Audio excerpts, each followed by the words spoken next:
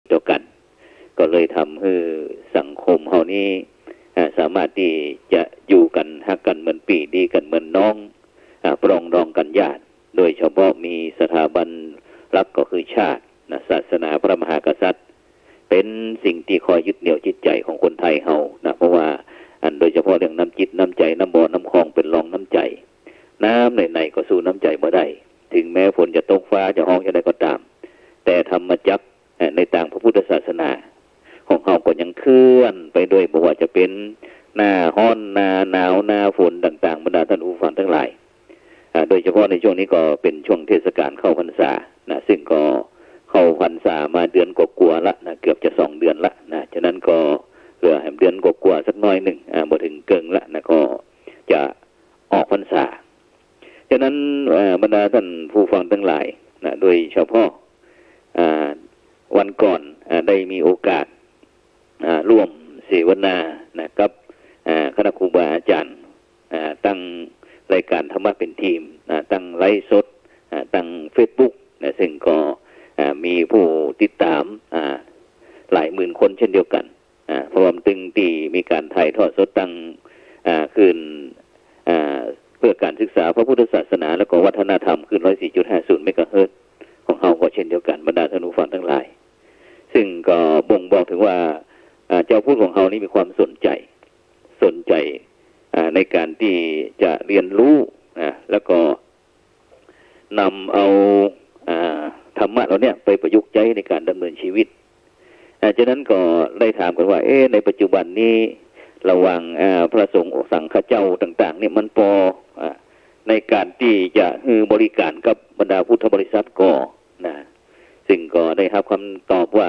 ไม่พออย่างปัจจุบันนี้วัดวัดในหมู่บ้านหนึ่งก็มีวัดที่หนึ่งในปัจจุบันก็มีตุเจ้าอยู่ตนหนึ่งตุเจ้าอยู่ตนหนึ่งแต่มีบ้านบางครั้งก็100 200 300 500นี่เฉพาะนับหลังคาบ้านบรรดาท่านผู้ฟังทั้งหลายแต่ยังไม่ได้รวบนับจำนวนคนที่อยู่ในหลังแต่ละหลังคาซึ่งเขาจะหันจากสถานศึกษาโรงเรียนต่างๆตามมาตรฐานของเปิ้นเวลาคุณครูสอนหนังสือหนังสือนักเรียนเนี่ยเปิ้นจะเอาจัดห้องละ25 กาอีนะ30 กาอย่างที่วัฒโนยุพราชก็อาจจะนักน้อยอาจจะเป็น40 กว่าแต่ก็ยังถือว่าเป็นมาตรฐานแต่ตั้งว่าสงฆ์องค์เจ้าเขาในบรรดาท่านผู้ฟังทั้งหลายที่จะมีการที่จะนำหลักธรรมคำสอนไปเผยแพร่ให้กับบรรดาพุทธบริษัทต่างๆเนี่ยจำนวนบางครั้งถ้าเขาเฉลี่ย1 ต่อ 1,000ก็ได้ฉะนั้นมันจะแตกต่างกันแตกต่างกันแต่จะได้ก็ตามบรรดาท่านผู้ฟังทั้งหลายอุดมการณ์ที่องค์พระสัมมาสัมพุทธเจ้าได้ตรัสสั่งพุทธบริษัทอัครสาวกต่างๆว่าหมู่เธอทั้งหลายจงเที่ยวไปเพื่อที่ไปโปรดไปสั่งไปสอนคนจำนวนนักเพื่อคนจำนวนนักแล้วก็จะไปต่างเดียวกันไปตีละองค์แม้แต่เขาก็เช่นเดียวกันก็จะไปตำบลอุรุเวลาเสนานิคมเช่นเดียวกันฉะนั้นเนี่ยบรรดาท่านผู้ฟังทั้งหลายพระพุทธศาสนาที่อยู่ได้ในประเทศชาติหรือว่าในโลกนี้ก็อยู่ด้วยอุดมการณ์อุดมการณ์ตั้งแท่งเลยฉะนั้นเนี่ยพระสงฆ์องค์เจ้าของเขาที่อยู่บวชถวายอกพระพุทธศาสนาบางท่านบางคนก็แค่แข็งจกแย่ขุดหันขูดนี่ว่าเป็นผู้ที่อาจจะเหมือนกับว่าเป็นสมมาตรเนาะอาจจะใจกำรุนแรงสักหน่อยบอกว่าเป็นกาฟ้าของสังคมเนี่ยบรรดาท่านผู้ฟังทั้งหลายสิ่งก็น่าที่เสียใจเช่นเดียวกันแต่ก็บ่ได้น้อยอกหมองใจในชะตาชีวิตเพราะว่าการดำเนินชีวิตของสมณะเนี่ยมันย่อมเจอปัญหาอุปสรรคในการที่จะสร้างคุณงามความดีต่างๆแม้แต่องค์พระสัมมาสัมพุทธเจ้าก็เช่นเดียวกันบรรดาท่านผู้ฟังทั้งหลายกว่าจะตรัสรู้เป็นอนุตตรสัมมาสัมพุทธเจ้าเนี่ยตั้งบำเพ็ญบุญบำเพ็ญกุศลบ่ฮู้กี่แสนมหากัปกว่าจะตรัสรู้ได้หลังจากนั้นก็ได้มอบหลักธรรมคำสอนต่างๆให้พุทธบริษัท จนเกิดพระสงฆ์รูปแรกในโลกนะอัญญากลอัญญานะได้ดวงตาหันธรรมหลังจากนั้นพระพุทธศาสนาก็มีความการกุ้งหุ่งเหืองโดยดีตลอดมาจากประเทศอินเดียสู่ประเทศศรีลังกาประเทศพม่าประเทศไทยไอแถวแคว้นไอแถวเอเชียหมดเนี่ยเนาะซึ่งก็โดยเฉพาะในปัจจุบันนี้ก็ถือว่าประเทศไทยของเขาเนี่ยนะเป็นศูนย์กลางพระพุทธศาสนาซึ่งคณะสงฆ์ไทยของเราร่วมกับคณะสงฆ์ชาวพุทธโลกได้มาจัดงานอันยิ่งใหญ่เฉลิมฉลองพุทธศตวรรษพ่องนะหรือว่า 2,500 ปีพ่องนะหรือว่าในวันสำคัญวิสาขะโลกพ่องนะที่ประเทศไทยของเราเพราะมันถือว่าประเทศไทยเขานี้มีความพร้อมทุกสิ่งทุกอย่างโดยเฉพาะศาสนาบุคคลนะเป็นผู้ที่อุดมไปด้วยอุดมการอุดมไปด้วยความรู้นะฉะนั้นเนี่ยที่บรรดาท่านผู้ฟังทั้งหลายที่การที่จะดำเนินชีวิตเป็นพระสงฆ์องค์เจ้าใดจะต้องมีอุดมการหรือว่าสูตรสำเร็จของคนเป็นผู้เจ้าของพระสงฆ์องค์เนรคือพระสงฆ์ไทยเขาคือจะต้องทำงานเพื่อการศึกษานะสองก็จะต้องนำศรัทธาสร้างบุญสร้างกุศลสามต้องช่วยเหลือสงเคราะห์ประชาชนสี่ต้องช่วยให้คนเกิดปัญญาห้าต้องเป็นศูนย์รวมวัฒนธรรมอันล้ำเลิศหกต้องช่วยจูเชิดพระพุทธศาสนาเจ็ดต้องช่วยอนุรักษ์แล้วก็พัฒนาต่อยอดแปดต้องช่วย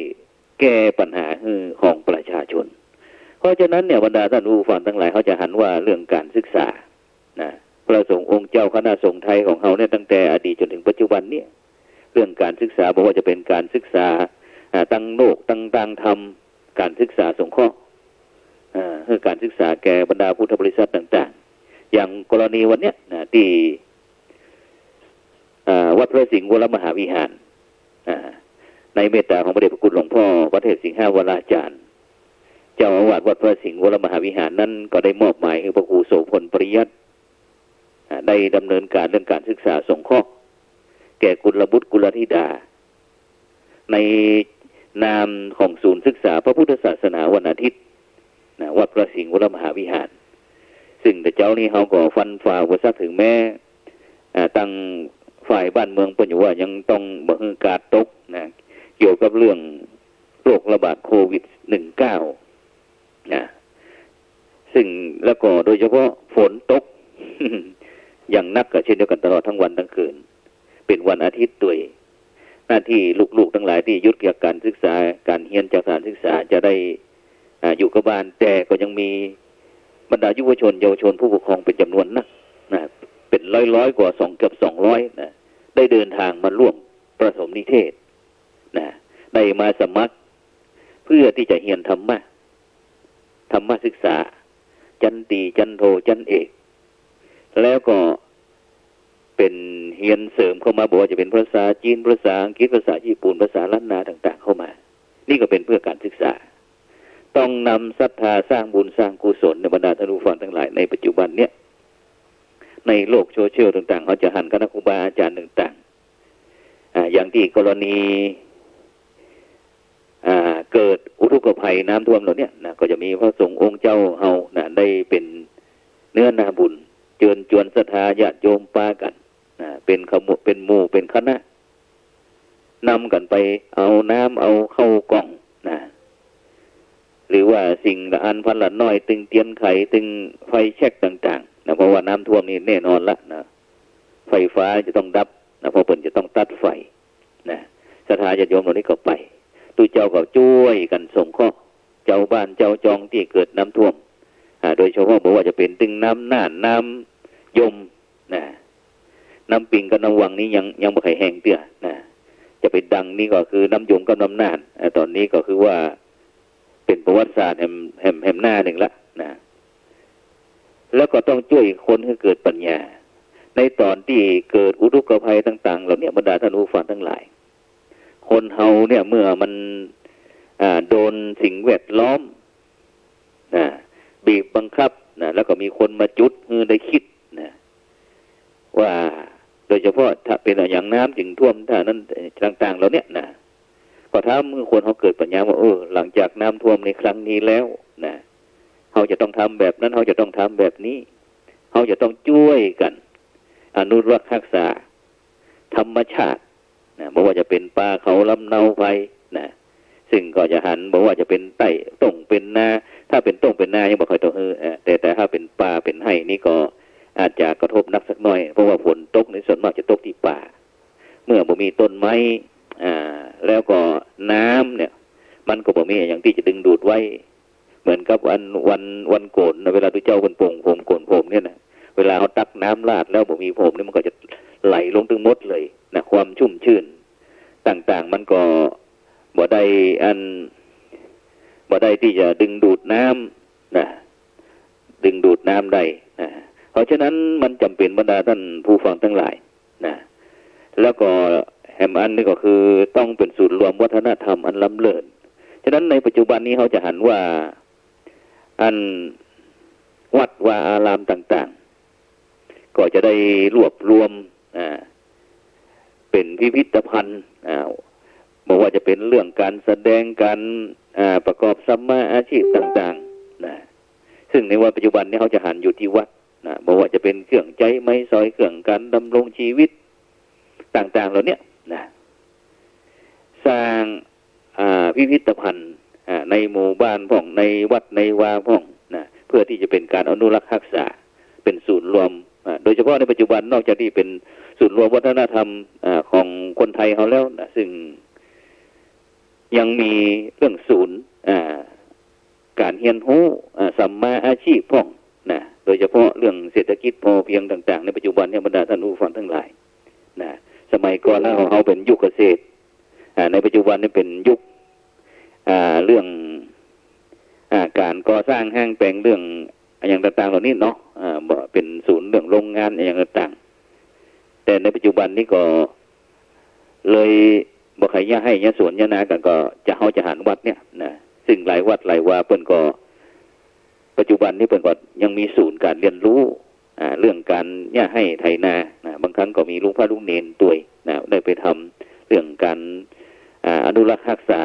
เรื่องพืชพันธุ์ธัญญาหารต่างๆแล้วต้องช่วยกันเชิดพระพุทธศาสนาซึ่งพระพุทธศาสนาถือว่าเป็นศาสนาเดียวในโลกนะที่ทำมีสัจจะความจริงสามารถที่จะพิสูจน์ได้นะพระพุทธเจ้าเพิ่งตึงบอกแล้วนะเอหิปัสสิโกท่านจงมาเตอะนะมาพิสูจน์เตอะท่านอยากจะรู้อยากเห็นอย่างนะแล้วต้องช่วยอนุรักษ์รักษาแล้วก็พัฒนาต่อยอดแล้วที่สำคัญคือต้องช่วยแก้ปัญหาของประชาชนนี่คือผู้ที่มีบุญคุณนะเป็นผู้มีอุปการะคุณต่อพระพุทธศาสนาในนามของอุบาสกอุบาสิกาฉะนั้นเมื่อพระเดชพระคุณหลวงปู่สมเด็จพระมหาราชมังคลาจารย์นะประธานครับขึ้นโครงการหมู่บ้านรักษาศีลห้านะเป็นบอกว่าถ้าคนไทยของเรามีความสุขนะตู้เจ้าก็มีความสุขนะฉะนั้นเมื่อประชาชนนี่รวมถึงละเด็กละอ่อนจนละอ่อนอลอนตอนเต้นเจ็นคนหนุ่มคนสาวคนเฒ่าคนแก่ผู้สูงอายุต่างๆรวมเป็นของประชาชนหมดนะทุกผู้ทุกคนนะพระสงฆ์องค์เจ้าต้องมีส่วนร่วมแต่มันมี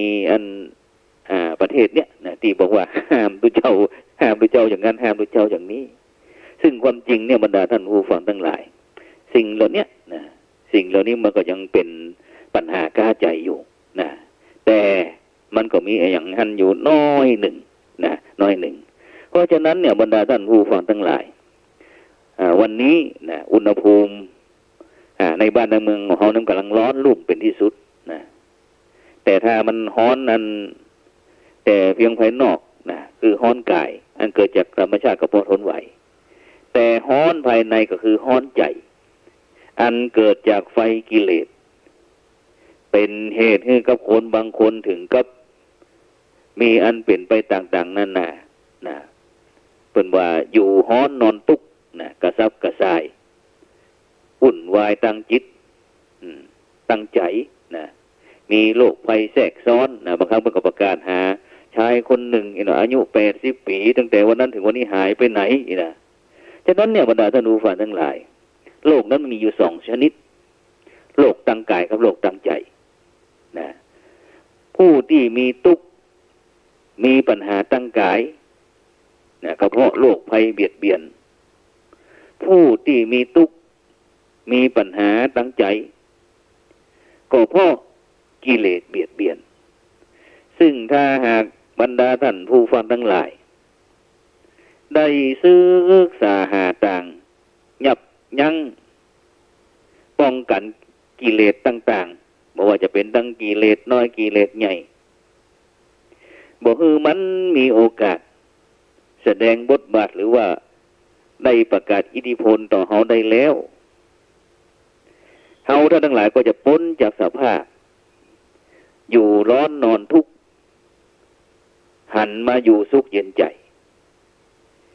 ซึ่งเป็นที่น่าสังเกตว่าบรรดาท่านผู้ฟังทั้งหลายโลกที่มันบั่นทอนพลานามัยเป็นภัยต่อสังคมไทยเฮาในปัจจุบันเนี่ยมันมีอยู่3 โรคนะ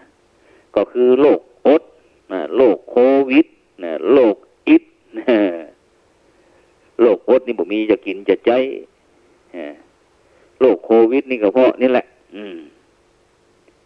บอกว่าคือกาดตกเหมือนว่าโรคอิดนี่ก็คือโรค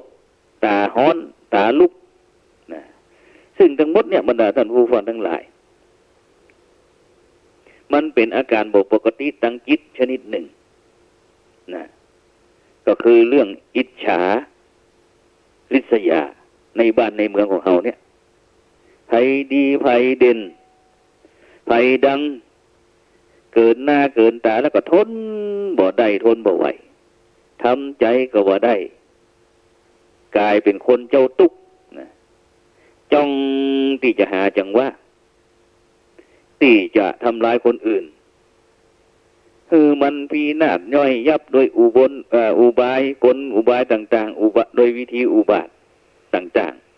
ๆอย่างที่กรรมตุเจ้าเป็นว่าอรติโลกนาสิกาความริษยายังโลกาคือมันพินาศนี่บรรดาท่านผู้ฟังทั้งหลายเพิ่นฮ้องว่าโลกอิจฉาตาร้อนโลกอิจฉาตาร้อนก็คือเห็นใครดีก็ไม่ได้เห็นใครได้ก็บ่ดีเพราะฉะนั้นเนี่ยบรรดาท่านผู้ฟังทั้งหลาย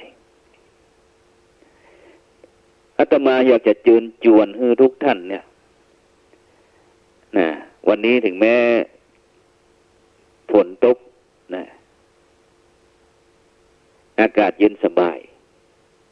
แต่ก็อยากจะเชิญชวนท่านทั้งหลายมาติดแอร์ให้แก่หัวใจ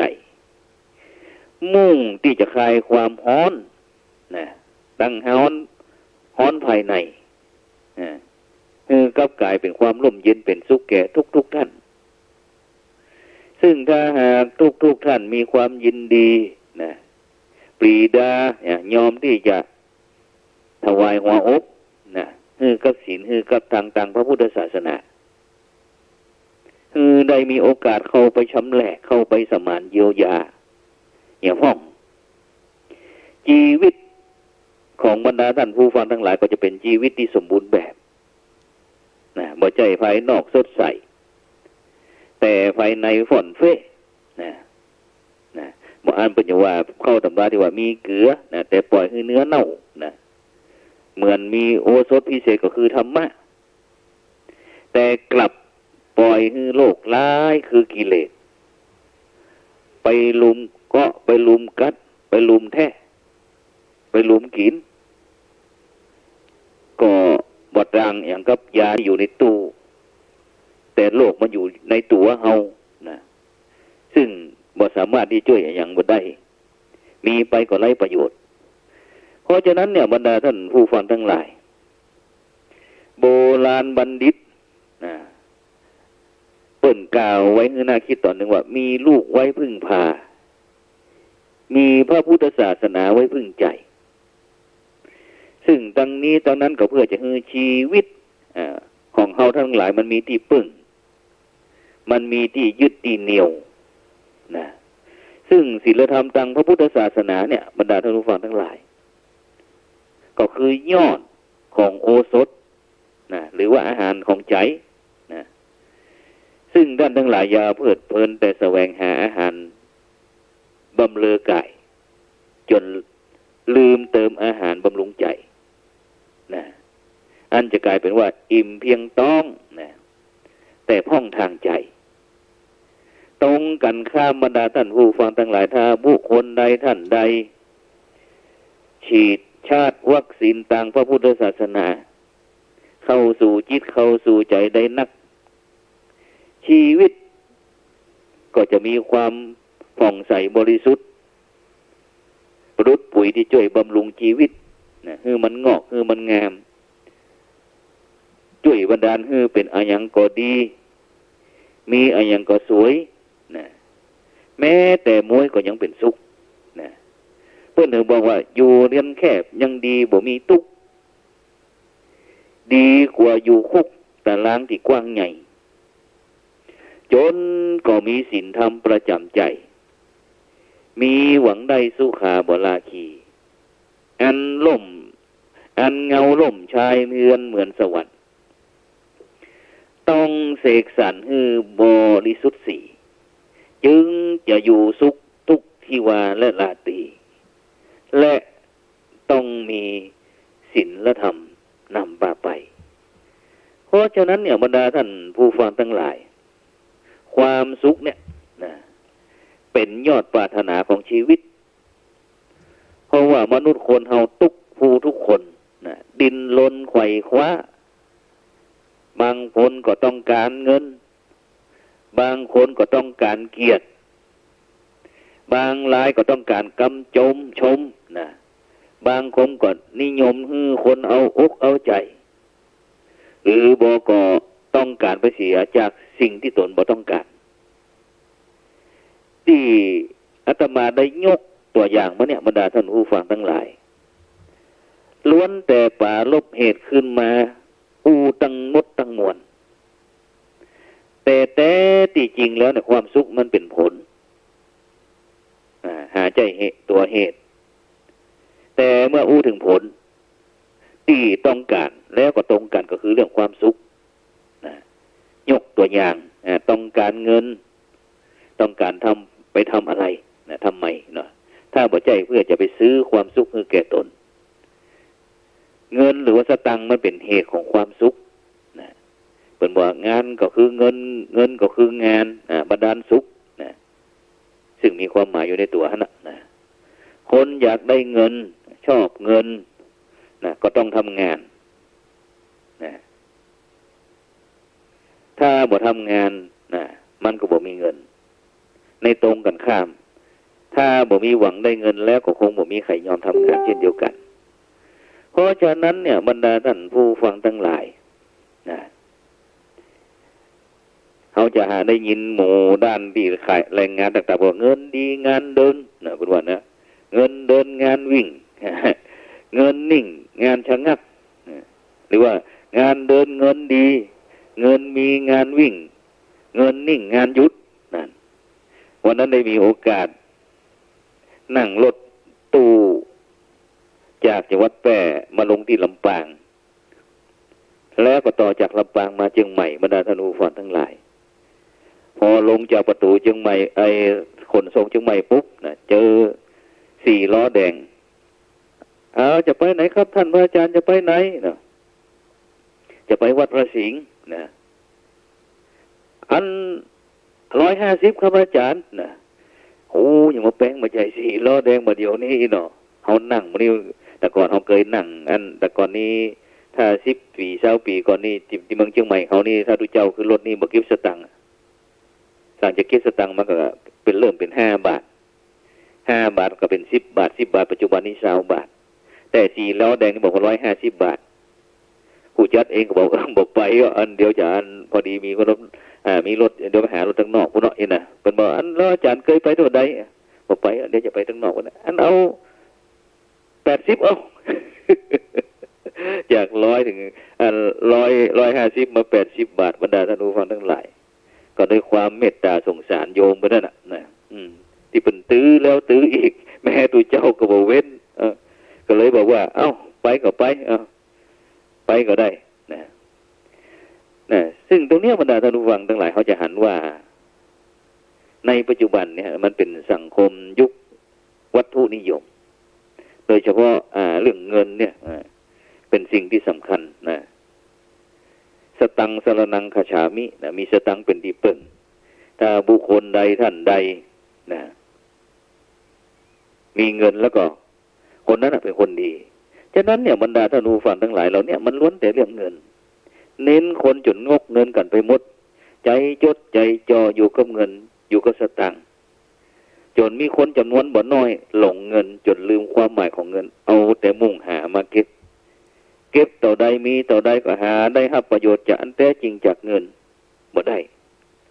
ประโยชน์แท้จริงของเงินก็คือหาสิ่งที่จะให้ทำให้เกิดความสะดวกสบายถ้าอู้กันง่ายๆเป็นห้องว่าความสุขนะเพราะฉะนั้นเนี่ยบรรดาท่านผู้ฟังทั้งหลายในปัจจุบันเนี่ยนะในปัจจุบันเนี่ยเขาจะได้ยินกำขวัญนะที่เป็นว่าอันมันได้ยินมันนะมันหนาหูเป็นว่าอันมีบ้านอยู่มีคู่เขามีเข้ากินมีสินใจเนี่ยมันเป็นเหตุของความสุขเพราะอย่างบ้านเป็นความสุขก็เพราะบ่ต้องละเหเล่ร่อนนั่งบ่เป็นบอนนอนบ่เป็นตี้นะเพื่อที่จะเพิ่มความสุขจึงจำเป็นจะต้องมีบ้านอยู่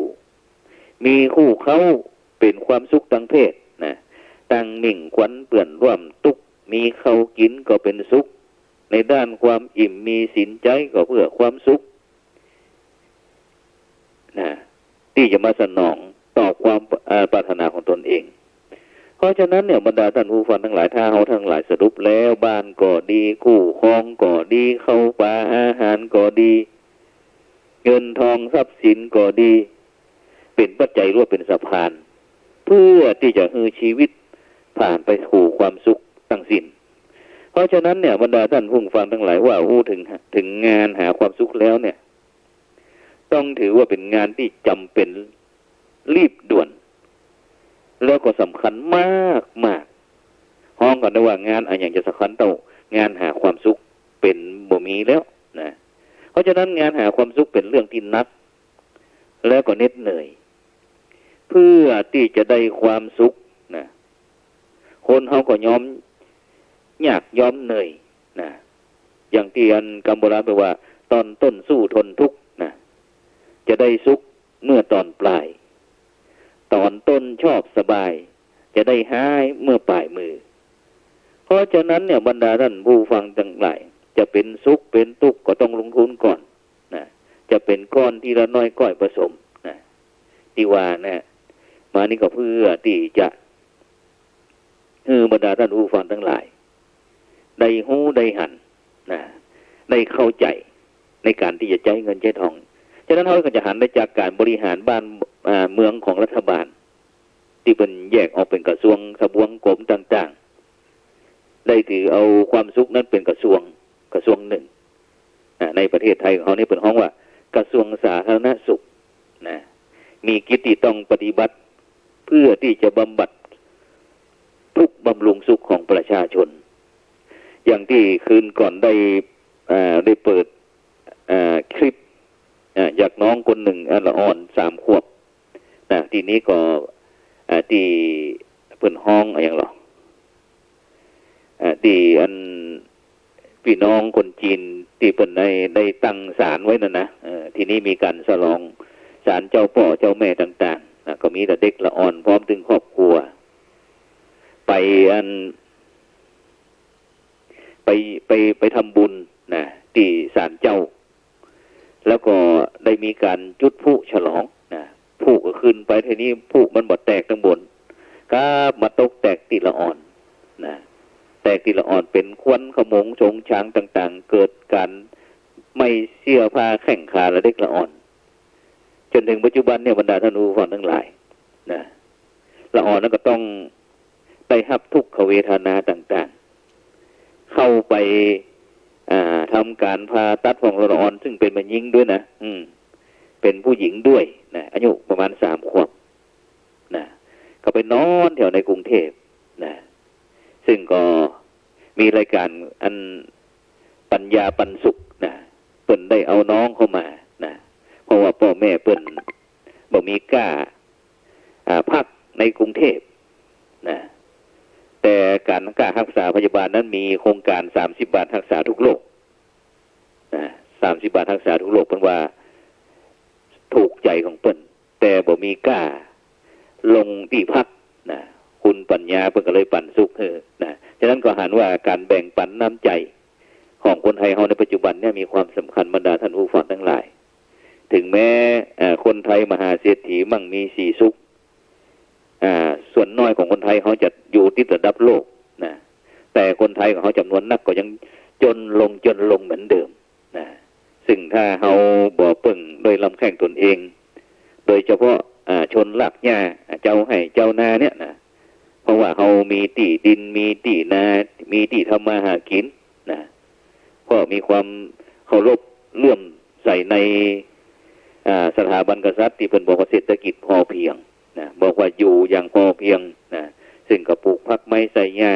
เลี้ยงการดำเนินชีวิตนะบ่ได้มีเงินเดือนเงินดาวอย่างต่างก็พอที่จะอยู่ได้นะซึ่งตรงนี้บรรดาท่านผู้ฟังทั้งหลายก็อยากจะให้กำลังใจกับบรรดาพี่น้องคนไทยที่ได้ยามที่เกิดวิกฤตในบ้านในเมืองอย่างต่างๆที่เกิดขึ้นมานี่นะฉะนั้นคนไทยของเขาทุกคนจะต้องมายอมรับอย่างก่อนว่าประเทศไทยของเขาจะต้องพัฒนาเดินต่อไปเพื่อที่จะคืนความสุขให้ประชาชนโดยเฉพาะในปัจจุบันนี้เขาก็จะหันบรรดาเยาวชนนักเรียนต่างๆเพิ่งก็ได้มาเรียกร้องคือผู้บริหารประเทศชาติบ้านเขาได้หันความสำคัญของความเป็นมนุษย์โดยเฉพาะไม่ได้เรียกที่รักมักที่ชังทุกคนมีสิทธิ์ในผืนแผ่นดินไทยเพราะเราเป็นคนไทยฉะนั้นจะมาบ่ฮือทำแบบนั้นบ่ฮือคิดอย่างนี้บ่ได้เพราะว่าการบริหารจัดการต่างๆเนี่ยบรรดาท่านผู้ฟังทั้งหลายทุกคนถ้ามีโอกาสเนี่ยสามารถที่จะบริหารจัดการได้ซึ่งถ้าเขามีนายกที่ยังมีหม่ำจกมกเท่งเถิดทงเทิงโหน่งช้าที่ทำให้คนไข้หัวหน้ายิ้มแย้มแจ่มใสได้นี่มันน่าจะเป็นประโยชน์อย่างยิ่งเพราะว่าทำให้คนมีความสุขคนไทยมีความสุขสามารถที่จะยิ้มแย้มแจ่มใสได้ทักทายปราศัยมีน้ำใจไม่ตีกันเพราะฉะนั้นบรรดาท่านผู้ฟังทั้งหลายก่อนที่จะหมดเวลาก็ประชาสัมพันธ์เชิญชวนกับบรรดาท่านผู้ฟังทั้งหลายที่ศูนย์ศึกษาพระพุทธศาสนาวันอาทิตย์วัดพระสิงห์วรมหาวิหารซึ่งผู้จัดเองเป็นผู้อำนวยการที่ก็กำลังทำการปฐมนิเทศแล้วก็ตั้งแต่อาทิตย์หน้านี่เป็นต้นไปก็จะเริ่มทำการเรียนการสอนธรรมศึกษาชั้นตรีชั้นโทชั้นเอกจากนั้นก็บรรดาท่านผู้ฟังที่มีกุลบุตรกุลธิดาที่อยากจะได้มีโอกาสได้ศึกษาหลักธรรมในคำสอนในทางพระพุทธศาสนาเพื่อที่เป็นใหญ่ขึ้นมาจะได้นำไปประยุกต์ใช้ในการดำเนินชีวิตมีความสุขตามอัตภาพก็เรียนเชิญเจริญเจริญพรสมัครได้ที่ศูนย์ศึกษาพระพุทธศาสนาวันอาทิตย์อาคาร5 จันทร์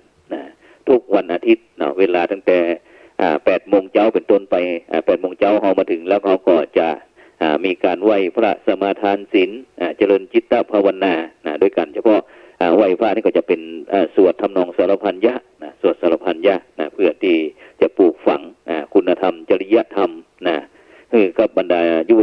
ชนของเฮาเกิดบุญเกิดการกุศลแล้วก็เป็นการส่งเสริมการศึกษาสงเคราะห์ด้วยเพราะว่าไม่มีค่าใช้จ่ายใดๆทั้งสิ้นกันง่ายๆก็คือบุญก็ได้ไส้ก็เต็ม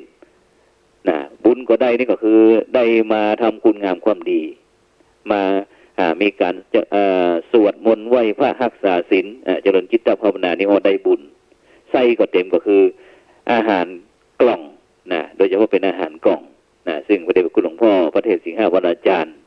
เจ้าอาวาสวัดพระสิงห์วรมหาวิหารนั้นก็เมตตาได้นำเข้ากล่องมามอบให้ศูนย์ศึกษาพุทธศาสนาวันอาทิตย์เพื่อที่จะได้แจกจ่ายให้กับบรรดานักเรียนและก็ผู้ปกครองที่เดินทาง